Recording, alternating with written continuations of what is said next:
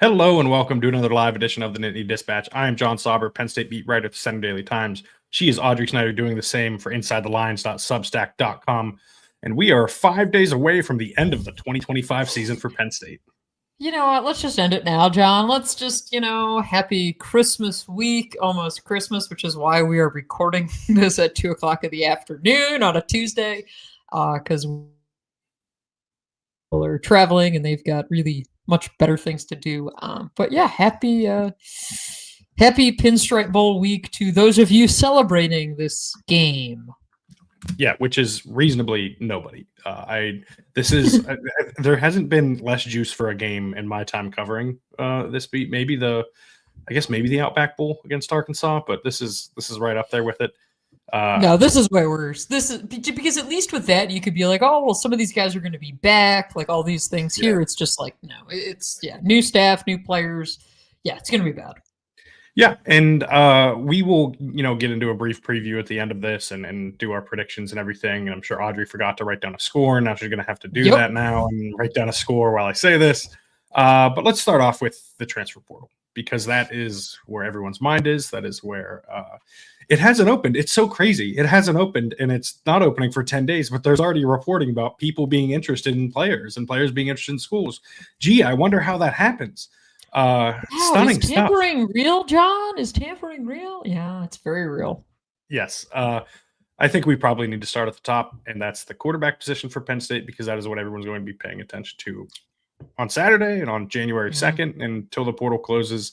Iowa State quarterback Rocco Becht intends on entering the transfer portal. Ethan Grunkemeyer is already here at Penn State. Will be starting the Pinstripe Bowl and trying to impress new head coach Matt Campbell and the offensive staff at Penn State.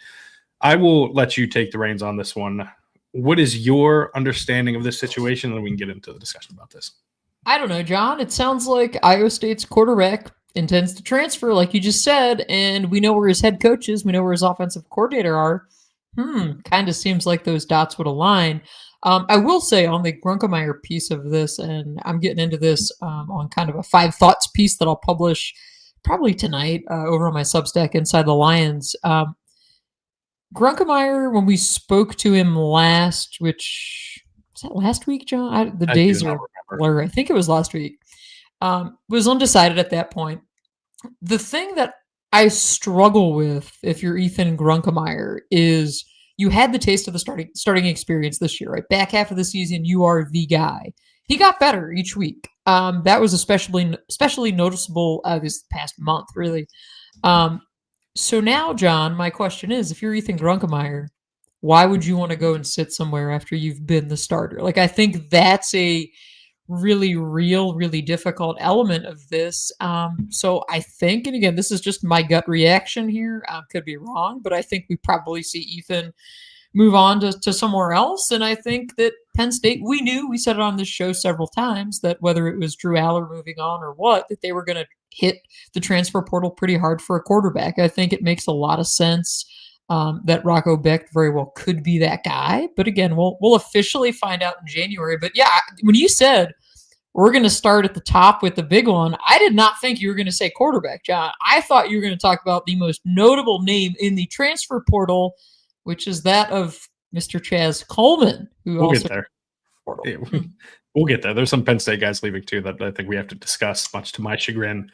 I agree with that assessment. At this point, I would be surprised if Ethan Grunkemeyer were at Penn State in 2026. That can change. And I would be surprised if Rocco Becht wasn't at Penn State in 2026. And that can change, right? There's money will be thrown around in the portal, and the quarterback market specifically can get pretty wild. But yeah, I think Becht is better than Grunkemeyer right now. I think that's important in this. He suffered that injury on his non-throwing arm or non-throwing shoulder, I believe, that required surgery. Labrum, right? I think. Yeah, as Pete Thamel reported. But yeah, I think even if he misses some time, if he's not there for spring ball, if he's however long this keeps him out, he knows the offense, he knows what they're doing, he knows the coaching staff. This is a pretty ideal situation for him. Like if you when you talk to people about the portal and everything, you hear multiple schools for most of these guys. There are only a couple, maybe 2 or 3 that I've only heard really one name. pushed predominantly. Him to Penn State is one. You hear the Sorsby to Texas Tech is another, and then Josh Hoover, of course, to Indiana as a third. Like they're not done. These things can't be done until January 2nd, but it would be a surprise if those three things don't happen. Guys could go to the NFL and whatnot. That could change things. But if those three stay in college, that's kind of my expectation where things stand. And frankly, I think that's a good outcome for Penn State. I think Becht is one of the, as things stand, because more guys can enter. I think he's a top 5 quarterback in the portal. I was watching a lot of Iowa State all 22 this morning. He is willing to take the kind of shots that Drew Aller wasn't willing to, quite frankly. He's willing to test tight windows and try and go win the game for his team. There's some inconsistency there that's concerning, but I think he has the requisite arm strength to make the throws he needs to in this offense. I think he's a smart but risky playmaker, right? Like he gets the ball out quickly. He knows where he wants to go with it, and then he lets it rip once he knows, right? I think there is, and I compare passers with this mentality to Dak Prescott all the time because he gets, he's knocked for the interceptions he throws, but it happens because he's so confident in his arm. I think Becht is much more mobile than Prescott is, but from a pure decision-making standpoint, I think he's that type of passer, and that's what you want at Penn State. As for Grunkemeyer, there's a chance he has more upside than Becht, but if you're Penn State, you need the best guy for next year. You need the best guy for the 2026 team to help grow the offense for everyone else too. And you kind of have to bite the bullet on losing the guy who, like you said, has no reason to sit now that he's tasted starting. Yeah, and I think too, like this is the bridge year, right? Like this is the classic bridge year that we're going to be covering next year, where it's like, I don't know if it is.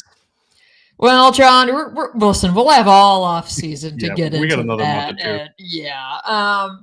But I think it is you're connecting this offense, this coaching staff to whoever stays, whoever they bring in. And I think what better teacher are you going to find than the quarterback who's already run your offense, right? Like I think there is that element. Imagine if you're Rocco Becht and you're leading that quarterback room of whoever else is in it. I mean, let's be honest, that's the other part of this. Under the guidance of quarterbacks coach Jake Waters, also Becht's quarterbacks coach at Iowa State. Yes. So yeah, I mean, I think you have so many areas where this would make sense for this team, for this roster. But we have to kind of see where that goes. And there's a lot of other players. I believe technically transfer portal wise, there have been 4 Penn State players that have made those intentions known. Now. Well, AJ Harris is Well, John, I was gonna tee you up on this one because are you so sure that the next destination is a transfer? Because after this year, it definitely should be. The thought, had this been in the preseason, I would have said, "Oh, AJ Harris is probably off to the NFL," and NFL draft folks, that was their thinking too. And this season has not gone as according to plan. So, John, I think it's probably safe to say that it is 5 and it is a transfer. But yes, yeah, you're as the lead man of the AJ Harris hype train. I just wanted to make sure that was clear with you before we say it's indeed a transfer. A disappointing result for me. Very much enjoyed covering AJ Harris, but also think he's a really good, really talented player. Penn State would be better off having him on its roster than not, right?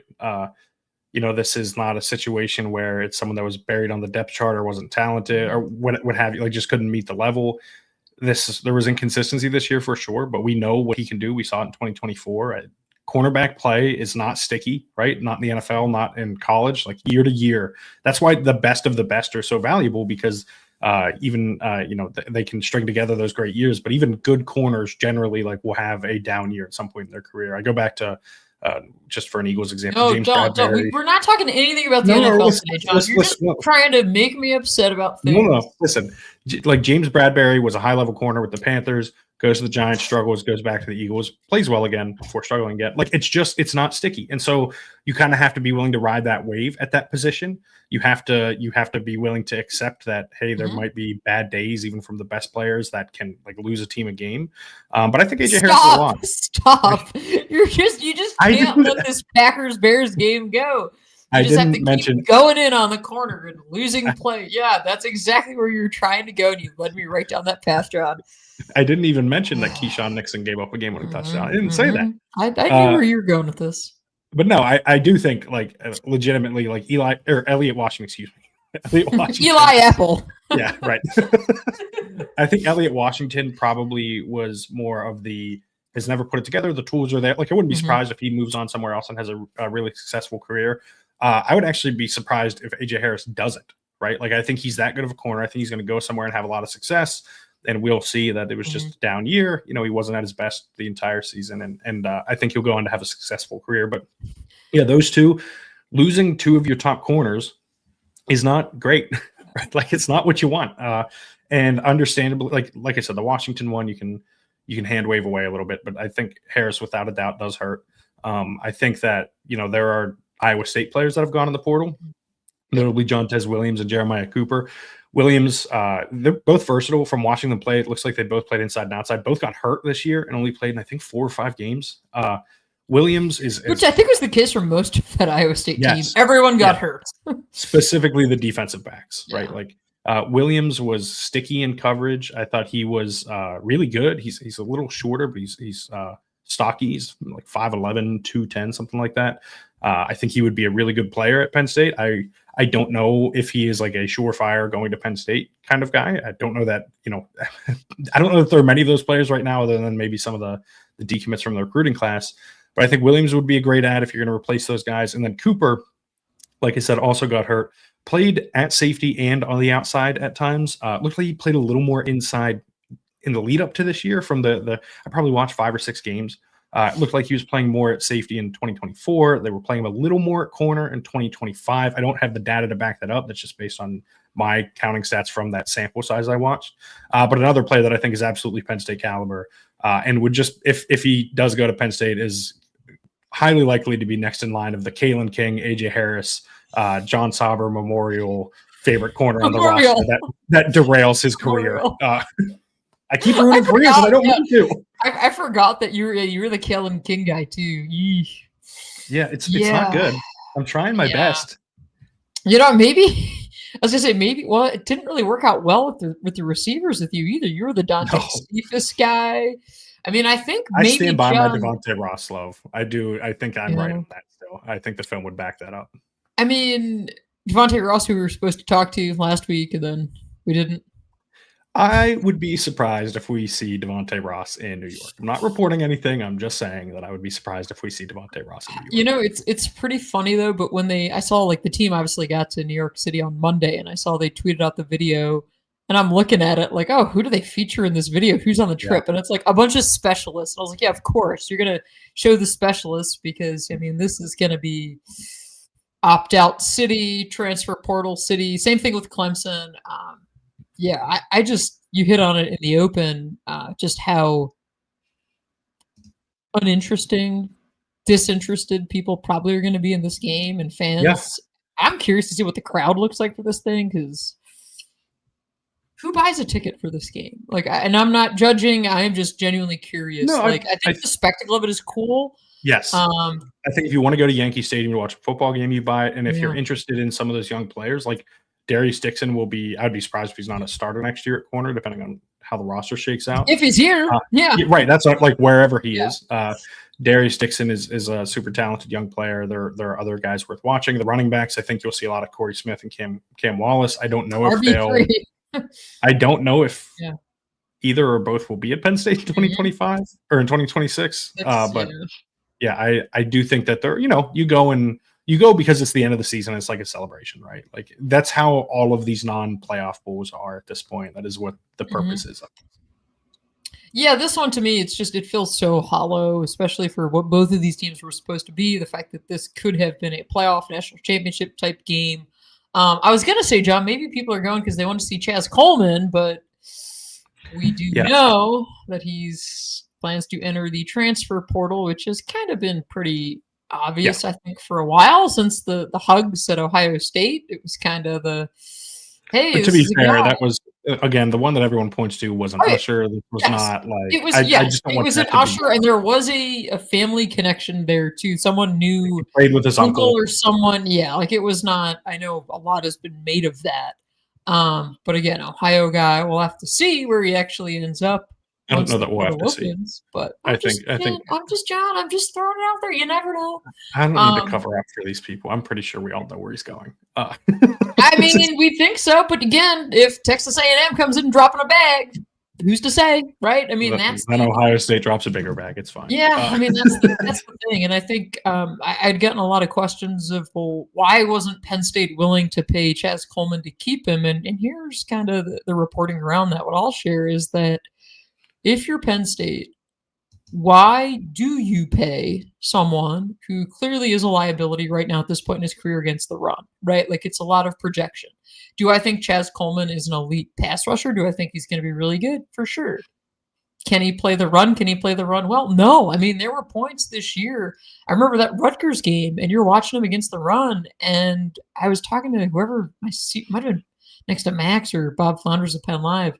During that game, I was like, I think you got to take him out. Like, I don't think you can keep Chaz Coleman on the field against the run. And again, young guy, so you're paying and projecting here that it's going to work out. So I get it. It's a business now more than ever. And this goes back to the conversation with Ethan Grunkemeyer. And okay, if you're going to pay a transfer portal quarterback a lot of money to come here, what then do you pay the backup, right? Like, these are all questions that if you're Penn State's GM, these are all conversations that these folks are having. This is where the sport is. I don't know, John, if you followed any of the Bo Prabula changing his background or not changing his background or we'll whatever. Get to that in a second. I will say one thing about Coleman. I understand that, but I also heard a GM in the NFL make that argument for a trade that we all thought was terrible earlier this year. Salt in the wound on Micah Parsons, but that, right? Like, I get it. That being said, this is different. Chaz Coleman's not Micah Parsons. He is very young. He's very raw. You're paying for projection. And if you are, I would rather spend that money on someone that is, because you're essentially paying him for the production you're going to get later. It's like, well, you may as well pay that money to someone who will give you that production now and later, right? Like, I think that is probably the better logic line. And like you said, like, you kind of have to start that guy if you pay him that much. And if you don't, then it creates an awkward situation.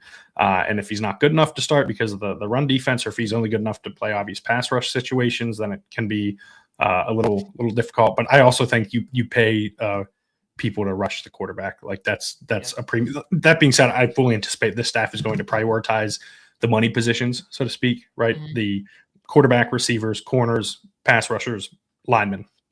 You're not going to see, I wouldn't expect to see anyways running backs and linebackers at the top of the market. It's just not how this is going to work.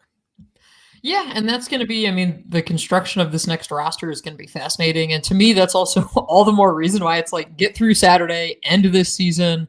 Let's get all of the portal announcements out of the way that are going to be coming. Because again, like, you're going to get guys that are going to play on Saturday that are still going to enter the portal. Like, don't think for a second just because a guy plays in the Pinstripe Bowl that it means that he's staying here next year. Those are two totally different things. Yep. But yeah, I'm fascinated to see how they construct this roster, who stays, who goes. The other thing with that, we know the transfer portal runs the 2nd of January through the 16th. Through 16th, yeah. It's through the 16th. It's 15 days. So end of business on the 16th, which is a Friday, which that 16th also coincides with the end of Penn State's syllabus week. So you could still technically, from a university compliance standpoint, you could still get someone who comes in or leaves on the 16th. So just because someone's there when classes start doesn't necessarily mean, I mean, it's a pretty good indicator that they're going to stay. But just know there is wiggle room. Penn State is a little bit of an earlier semester start. So that's something else. To be clear, there's a 2-day window, I believe, where compliance has a chance to file the paperwork for the player to show up in the portal. So theoretically, you could start that process the 16th or submit your name for it the 16th and not be until the 18th. It also, like, are you going to get plans to work on the weekends? Yeah, I mean, I think it's pretty much every weekend now. The 2nd to 16th is when players can enter. That is, guys don't have to decide. They could sit out a whole semester if they want to, right? Stay at their current school, either on scholarship if the school will let them, or pay their way through for a semester and hang on until the end of it. So there will be movement. Like, that's not the only window for movement, I guess is my point there. I think that's everyone. But there was not a second transfer portal window this year. That's the big important distinction. But if you're in there, you could wait to the end of the semester. Yeah. But also, why would you do that? Because spots are going to fill up, and you want to be there for spring ball and everything. No, it would make sense, but it is possible. I think that is everyone of note. There's Coleman, the 2 corners, Joey Schlaffer, and Alex Birchmeier are the 5. I do not believe Birchmeier or Schlaffer were going to be part of the group next year had James Franklin still been around. I think those 2 were kind of a long time coming, probably transferred down, have a chance to play, which they should chase, right? Like you want to play. Like you came to college to play college football. You should play college football. We'll be curious to see where both those end up. You mentioned Bo Prabula, though. I mean, is there anywhere but Virginia Tech, right? Like, is this? I think everyone needs to relax with the Penn State stuff. I don't like. Listen, I know everyone got really excited when he was good against, I believe it was Central Arkansas to start the year, and there was that whole conversation was happening. Yeah, he was not great this season. He is not a quarterback that I would pay to be at the level that Penn State expects to, which is the college football playoff, right? If I were on the fringes of that discussion, if like Virginia Tech, right? If you're trying to go 9-3 or maybe 10-2 and get in, like I think Prabula is a good quarterback for that. I don't think he's a national title winning quarterback, and that's the goal at Penn State. And I think Rocco Becht is significantly better than he is. Frankly, I would rather stick with Ethan Grunkemeyer than go with Prabula. Not a knock on Bo from a decision-making standpoint, right? I think he's making the right decision to go in the portal and go maximize his value. I think on some level he has to know that he's not, going to be an NFL quarterback. And so maximize value where you can. And I think there's a good chance to do that and go play college ball and enjoy yourself.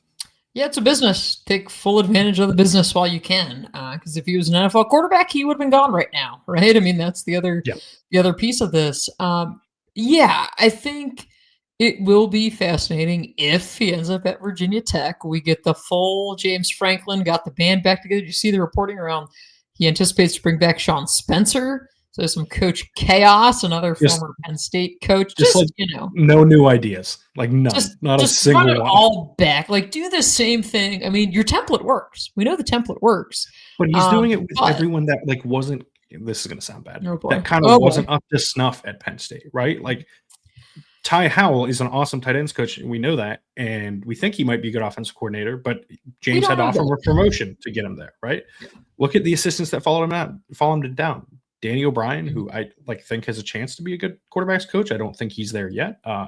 There are several of those types of guys that James probably thought he was going to bring more than he actually did.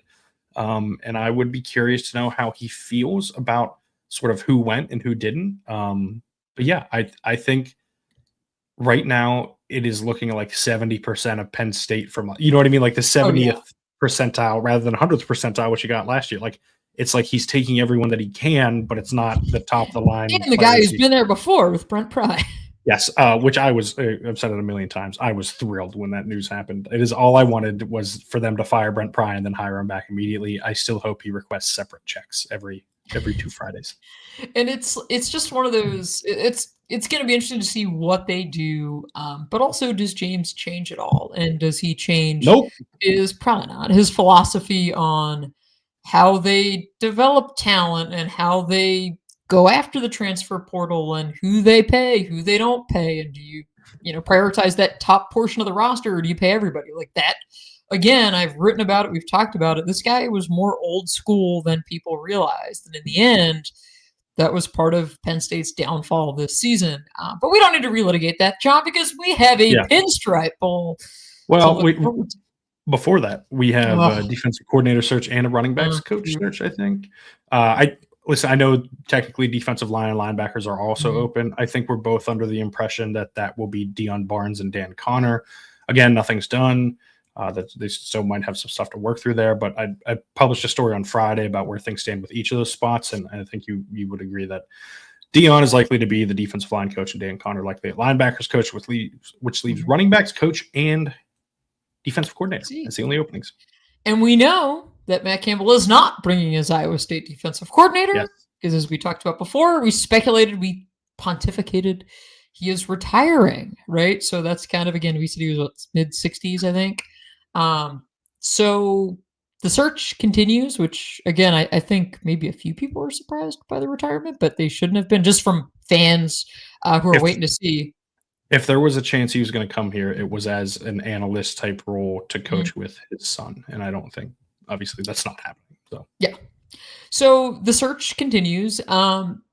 This is also why when Penn State announced that, hey, they made these staff hires a couple weeks ago, it said like position titles subject to change.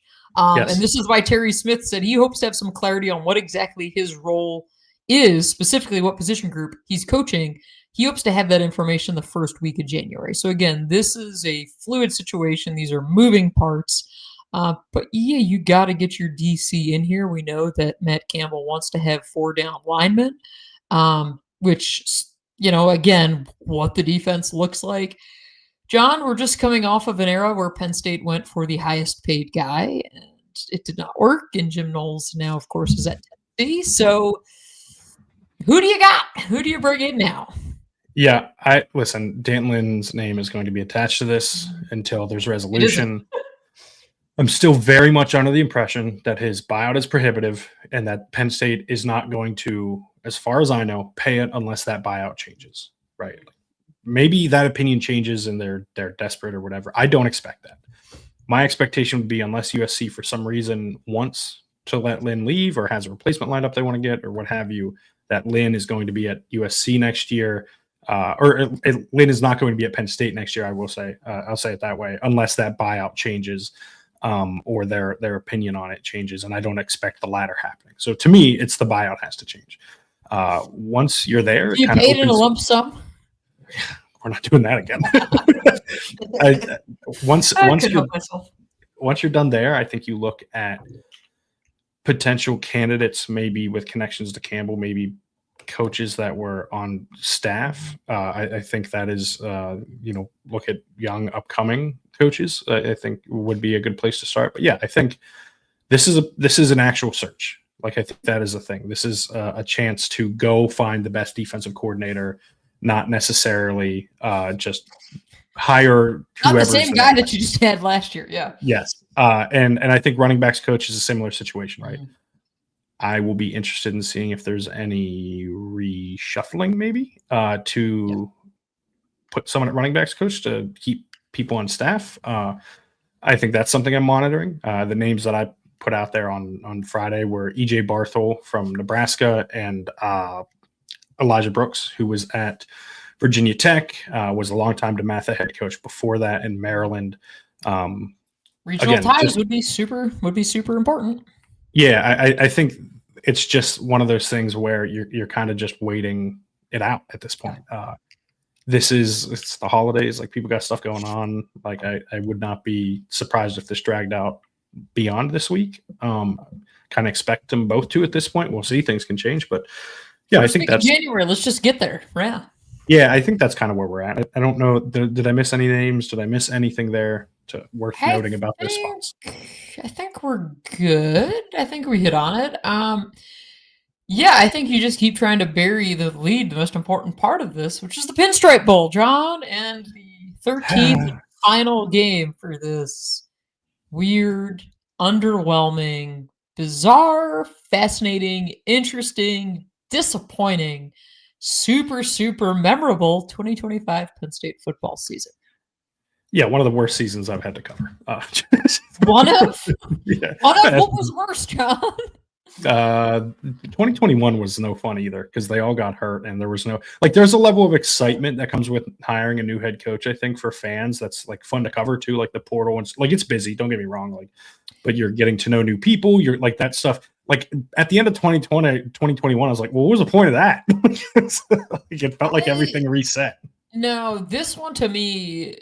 And again, I know fans don't want to hear it, and they shouldn't think of it this way, but this one was really fun because the storylines were so crazy and so out there, and none of us expected this, and nobody expected in August that we'd be covering a coaching change in October. So, this one was so bizarre that it was fun. But it will be nice once things, calm down a little bit and you kind of start to fit these puzzle pieces together for this roster But that's not happening until January. And we got to make it through December 27th in an open air press box in Yankee Stadium for a noon kick, one last noon kick for a Penn State team that we know is going to have a lot of opt-outs, a lot of transfer portal guys, a lot of shuffling and backup movement and interim head coach and position coaches that are leaving after the game. And like Penn State's a cluster, I'll tell you that. Yeah. Clemson is too, with at least 27 players who will not be there, whether because of injuries, opt-outs, they intend to transfer. So again, this is bizarre from both sides. To me, John, the thing I'm most interested in on Saturday is just seeing the clock strike 0 at the end of this thing. And what I want to see is the emotion of, hey, Marcus Hagans, you're coaching these receivers, but you're not going to be here after this. Phil Troutwine, we know you're moving on to Florida after this, but you're coaching this game. Terry Smith, like you spoke so glowingly about what this opportunity meant to you as the interim head coach. And while you'll still be here on this next staff with a specific role still TBD, this is the end of your run as a head coach. And so what are those emotions like for the coaches, for the players? John, championship teams are always remembered and there's reunions and all this, but for a team like this, you don't win it all. You don't even come close to winning it all, but I'm sure there was some bonding that happened through the course of this season and through the month of October, and your quarterback change and your head coach gets fired. I just wonder what those emotions look and feel like that we'll see at the end of the game, whether they win or lose, because this is it for a lot of these guys. The last time they're coaching wearing a Penn State logo, the last time they're playing wearing a Penn State logo. So it's going to be weird. Yeah, I think you covered all the bases there, right? It's more about the emotion of the game than the actual game itself. We really don't know what to expect from the game itself. We know some players will, there's limited rep counts, there's all that stuff. So it is tough to even project what this game's going to look like. Yeah, if you're coming to us for gambling advice today, we got none. Yeah, it's going to be tough to project who's playing, who's worth monitoring, because we, you know what I mean, like how the rep share is going to be split and all that stuff. So we'll get into predictions here in a second. I also think it is worth monitoring. Actually, it is worth a word from our sponsor. John, I don't think you're wearing any Roback today, are you? Not today. I actually had a Roback hoodie on. It's probably in the wash. Warm. No, I got a little warm and I took it off. I'll probably put it back on when I get chilly later tonight. If you want to look like John, you can purchase Roback gear. Use code TND20. That's TND20 as in the Nittany Dispatch 20 to save 20% off your first purchase at roback.com. Joggers, hoodies, performance polos, hats, you name it. Roback makes it comfortable and very nice looking athletic wear. Again, use code TND20, save 20% off your first purchase. I mean, listen, if Santa doesn't bring you the clothing, the gifts that you want, our friends at Roback can chip in and take care of the rest. That's right.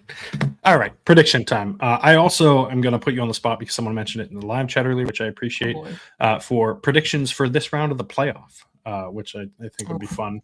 I did a bracket and I got the first sitting on the couch watching playoff, excited. Yes.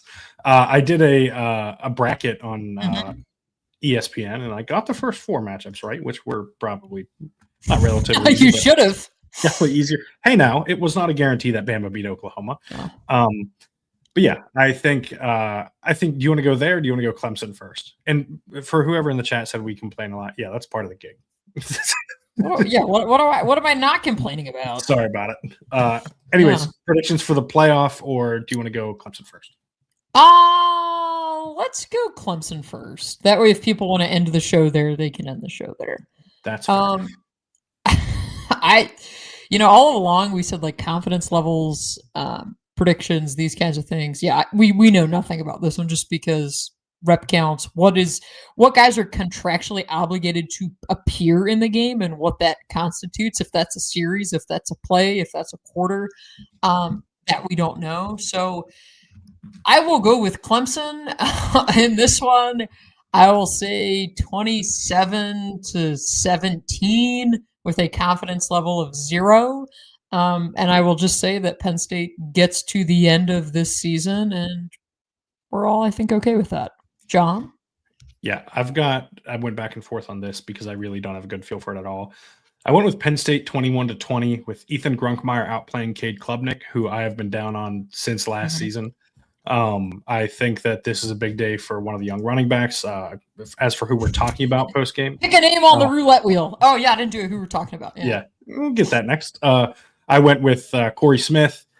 I think it's probably going to be him and Cam Wallace that are the two primary ball carriers for this game. And I went with Smith finishing with 13 carries for 107 yards, 2 catches, 23 yards, and a touchdown to help Penn State win 21-20. Who are we talking about Saturday night? Specialist Ryan Barker. Yeah, potentially. Can't rule it out. I think that's probably like a guy who's going to be able to get you a lot of points. So I'll just go with that because, again, I think there's fewer opt-out opportunities with the specialists. So I feel pretty good with that. As for the college football playoff, I will say it was much easier to pack this time. Because, see, we're only complaining today, John, so here I'll spin a positive. It was a lot easier to pack this time for the holidays because it's come home and like, oh, you're only going to New York City for 27 hours. Like, that's easy compared to last, winter when it was, oh, I'm packing a suitcase. And definitely know at that point that you're going to the Fiesta Bowl. Ooh, if they win, maybe you're going to the Orange Bowl. Oh, and then if they win after that, do I just go to Atlanta? Do I go back to State College? The whole thing. So this year the logistics have made it much easier for us. So where do we want to start for the playoff? No, you are right on the logistics. I am grateful that this is a very short trip. Says the man who doesn't even have to travel for Christmas. Says the guy whose family is nearby, doesn't have to worry about it. Yeah. To be fair, my dog also tore his ACL, so there's not a whole lot of traveling going along. Speaking of injuries. Yes. Poor dog. Poor Reese. It's a brutal couple days for him. Let's start with Oregon, Texas Tech. I think this is probably the most interesting game because Texas Tech seems to be the program that everyone is most down on of this top group. But I will let you go first with your prediction. And I'm just going to mirror what I have in my brain. I'm going with the Ducks. Yeah, I don't know. Again, John and I, we do no prep. We don't talk about these things. No. I like Oregon. I think kind of the way James Madison, again, it was a blowout, but like more of an interesting blowout than it should have been. I think that's a wake-up call. And if there's a master motivator here in Dan Lanning who's going to go full psycho mode to get everything out of his team, I definitely think it's him. So I do think in that lovely 5-4 matchup, we get Oregon moving on. Give me Texas Tech, best defense in the country. Firm believer in them from the jump this year. I thought about putting David Bailey on my Heisman ballot. I think they have everything you need defensively to shut down this Oregon offense. Next up, Alabama, Indiana. I can go first on this one. Oh, I'm going to upset a lot of people that I'm both friends with and people that follow me because I used to cover Indiana. I'm going with Alabama. I think they found something against Oklahoma. I think their speed at receiver is going to be tough to deal with. I think this is going to be a high-scoring game. I think it's going to look like the opposite of the Big Ten title game. I wouldn't be surprised if this was like 35-31. But yeah, I think Alabama gets the job done here. I'm going to keep picking against John. I'm going to go with the Hoosiers. Fernando Mendoza. We saw the Heisman moment up close and personal from the Beaver Stadium down at field level. I think these guys just keep it rolling. What a great story for Curt Cignetti, but also for the Indiana fan base, man. What a group that this point in the year we're always saying, oh, yeah, well, at least it's basketball season for the Hoosiers. They have that to look forward to. No, Curt Cignetti has worked wonders and has also reset expectations for every new coaching hire because of his success and what he's been able to do there. So, yeah, I think, John, the Bama SEC Love Fest is going to end there, but that leads us to Ole Miss and Georgia, which we got the Fighting Pete Goldings, which, again, you talk about a really fascinating storyline in the wake of Lane Kiffin. But then you got Georgia and Kirby Smart. These guys keep rolling year after year. I will probably be wrong for this, but I'm okay with being wrong. I want to see Ole Miss keep moving on, and I want to see Ole Miss stick it to Lane Kiffin because to me that's like the biggest. You know what? You want to get him a bonus. Well, like the guy's got enough money. Money's irrelevant to all these rich people, right? I I just keep sticking it to them, right? Like, these are your guys. Again, talk about a fan base. See, I like the underdogs, and I like the teams that we don't see in these situations very often. A fan base that's waited for a playoff appearance and now is their opportunity to go on a run. Give me that rather than Georgia that we've seen here a million times. So let's go Rebs.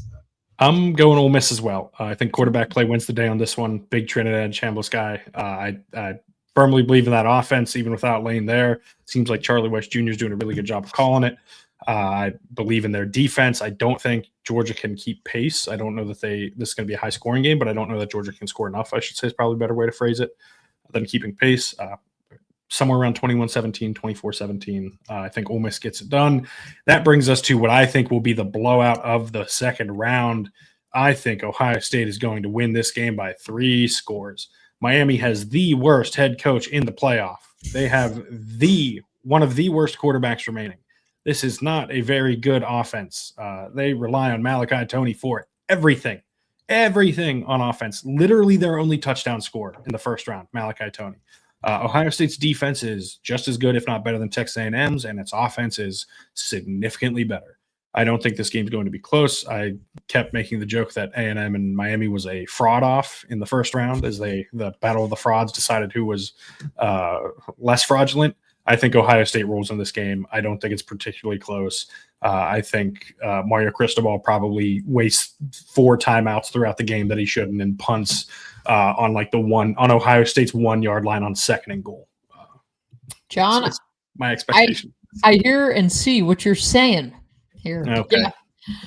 I'm with you. God, Ohio State is locked in right now. They are scary. This is a team that I very well could see winning it all. I'm not going to go that far just yet and say that. But yeah, I think they roll. I think they absolutely steamroll Miami. Yeah, let's finish out this bracket while we're here. I have Texas Tech and Alabama in the semis. I think Texas Tech wins that game. Like I said, I think it's the best defense in the country. I think their offense is good too, but it doesn't have to be as good when this defense is as good as it is. And I think for as good as Alabama's offense looked against Oklahoma, especially as the game got going, and as good as I think they'll look against Indiana, I think Texas Tech, spoiler alert, is the best team in the country. And I think that they're going to take care of Alabama and make the national title game. And you have, I believe, Oregon and Indiana. Mm-hmm. Yeah, I'm going for a traditional Big Ten matchup. Yes, traditional Big Ten matchup with the two zaniest head coaches in the Big Ten, yes. Master motivators. Like, I just want to see a hype video from each team ahead of that game and see to be a fly on the wall in that locker room for those speeches. I would be totally there for, because we know both of those guys. Like, that's their MO. And John, I am keeping the feel-good story alive, and I'm picking the Hoosiers, which I will spoil my other side of the bracket a little bit here. I've got Indiana, Ohio State in the championship game. I was going to say I anticipated you would be picking Ohio State over Ole Miss. I will be doing the same, which leaves me having Ohio State, Texas Tech in the national title game. By the way, I don't feel the need to explain the Ohio State one. They're really good. Okay. I know Penn State fans don't want to hear that. I have Ohio State, Texas Tech. You have Ohio State, Indiana in a rematch of the Big Ten title game after Indiana wins the rematch of a regular season matchup that was actually in Autzen, which should be an advantage for them if it's at a neutral site in the semis. Who do you have between Ohio State and Indiana? Do the Buckeyes get their revenge? I, John, am going to say here on Tuesday, December 23rd, that maybe we can add like some suspense music to this. I'm going to say that the Fighting Signettis get it done. Wow. Wild, I know, and maybe I'm probably too locked in on the storyline. It's so hard to repeat. I mean, that to me is the thing where, like, and I know it's different roster, different coaching staff, but it is insanely difficult. And if Ohio State pulls off that feat, which again would not surprise me because these guys are that good, then I think we're just saying, oh my God, what did Ryan Day just do? Because it would just be, again, winning one of these is so insanely difficult. If you could do it twice, back-to-back years, like, oh boy, that's some rarefied air. So, yeah, I think you're right. It's tough to repeat, but part of that is just because it's just tough to do it once, right? Like, and they're already in position to. I think, I don't know if you'd agree with this. I think Ohio State is the team I'm most confident will be in the national title game of any of the remaining 8 teams. But I think Texas Tech wins that game over Ohio State. I think we both have very non-traditional portal-heavy powers winning the national title. You with Indiana, me with Texas Tech. Said it a million times. David Bailey's awesome. Very much enjoy watching him play. Romello Height, that's true as well.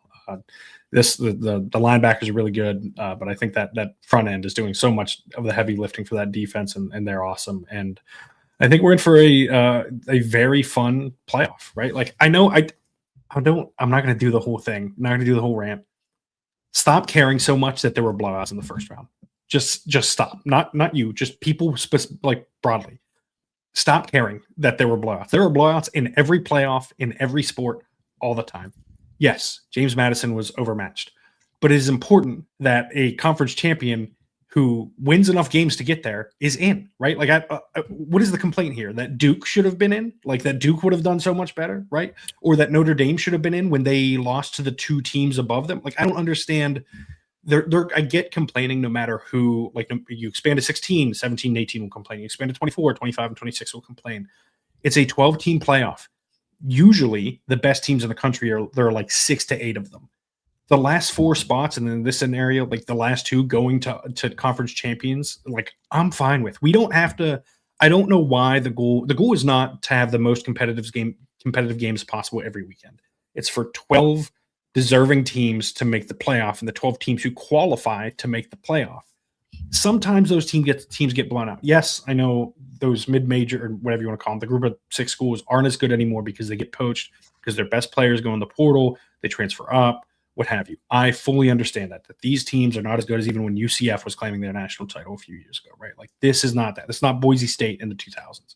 This is a very different situation. I get it. At the end of the day, I think it is, in all likelihood, whoever Oregon played in that first round was getting their doors blown off. Like, we don't have to pretend that it would have been the case otherwise. Like, you watched Miami and Texas A&M, and you're like, yes, these are 2 of the best teams. No, like, it's fine. Like, we don't. I just, the whole discourse makes me angry. Not every game has to be competitive for that team to have deserved to get in. We watched last year, Indiana was getting destroyed by Notre Dame early in that game, and everyone's making the same argument. People were doing it about Alabama against Oklahoma, and then Alabama goes on to beat Oklahoma. Indiana, a year later, is the number 1 team in the country. Like, we don't. It just drives me insane. I'm done on the tirade. I promise. It just drives me nuts. Just enjoy the games. And if they're blowouts, it does not mean that the decision was wrong. Blowouts happen in sports. You done? Yeah. Do you have any thoughts? No, but I was sitting here there in silence, John, because I wanted to shout out our friend David K in the chat, who said he invented a drinking game for every time I cut you off and that people ended up drunk. But he spelled your name wrong, so I definitely was not John that I interrupted. So I just wanted to sit here in silence and let people understand how a podcast works when I just sit here and let John go on rants the whole time. So listen, people complain every episode that I cut you off too much. People complain every episode that you cut me off too much. People complain today that we're complaining too much. Yes, listen, guys, it's the holidays. Like, lighten up, you know? Part of a conversation sometimes, especially when you talk as often as Audrey and I do, and especially for an hour on air, is you cut each other off. Neither of us are offended. It is fine. You do not need to worry about it. Are you going to be able to sleep tonight, John? That maybe I cut you off? It'll be tough. I hope not. It's going to be a real tough night for me. But yeah, I think that is a good place to leave it. If you were watching on YouTube, even you, David, thumbs up button down below, hit the subscribe button. We greatly appreciate all of you guys in the chat, watching, listening, everything like that. We are slowly closing in on 4,000 subscribers, which we appreciate. If you're listening on Apple Podcasts, please leave those 5-star ratings and reviews. Those really help us out as well. Evangelize, tell people about it, right? Like, tell people word of mouth that you listen to this podcast. Yes, spread the word at your holiday dinners this week. Stand up front at your mass and share that you listen to the Nittany Dispatch, and you proudly listen, or maybe you're listening to this while you're waiting for the mass to start, and you're sneaking the earbuds in. Yeah. And you're hungover because Audrey cut me off so much. That's why. That's a good. You know what, John? Maybe you and I should just create our drinking game for one of the shows, and that's how we get flagged on YouTube in the new year. I like my job. But we will. Yeah, so we will be back. Let me just cut John off one more time for the end of the season. We will be back Saturday from the Bronx, hopefully, assuming the game ends fairly quickly, because I got to hustle to catch a train, but I think we'll be good to get the podcast in there before I hit the train. We appreciate all of you listening. I hope you have a wonderful holiday season. Before you close things out, as I interrupt you back. Oh, boy. Being reported that Brett Eskildsen from Iowa State by a friend of the pod, Max Olson of ESPN, is reporting that Brett Eskildsen from Iowa State is entering the portal. Wide receiver, a name I think that is worth monitoring. Was a big fan of his game watching him play for Iowa State.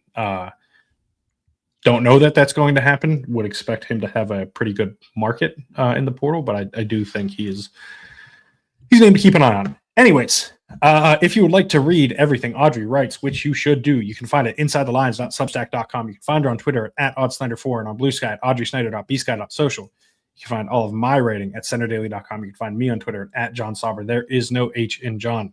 And you can find me on, yes, positive. It's been that way my whole life.